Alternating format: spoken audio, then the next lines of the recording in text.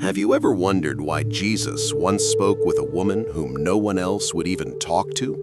A woman rejected by her own society, a woman from a people whom the Jews had despised for centuries.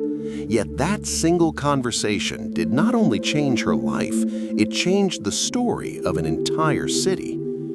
It was about the 6th hour of the day, when the sun burned hot upon the land of Samaria and the roads lay nearly empty. There stood an ancient well, Jacob's well, the very well that Jacob, the father of Israel, had dug many centuries before. And beside that well sat a weary traveler, resting from a long journey. This man was no ordinary traveler, he was Jesus. His disciples had gone into the nearby town to buy food, and he remained there alone. After a while, a woman came walking toward the well. She carried a water jar and moved slowly beneath the blazing sun. But there was something unusual about this moment. Women normally came to draw water in the cool of the morning or in the evening. Yet this woman came at noon, in the heat of the day, because she wished to avoid the people of the town who judged her and kept their distance from her. When she reached the well, Jesus said to her, "Give me a drink."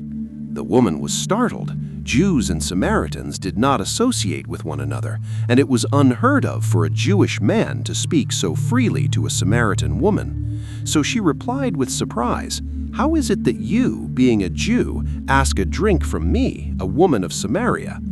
Jesus answered gently, "If you knew the gift of God and who it is that says to you, 'Give me a drink,' you would have asked him, and he would have given you living water." The woman looked down into the deep well and said, "Sir, you have nothing to draw with, and the well is deep. From where then do you get this living water?"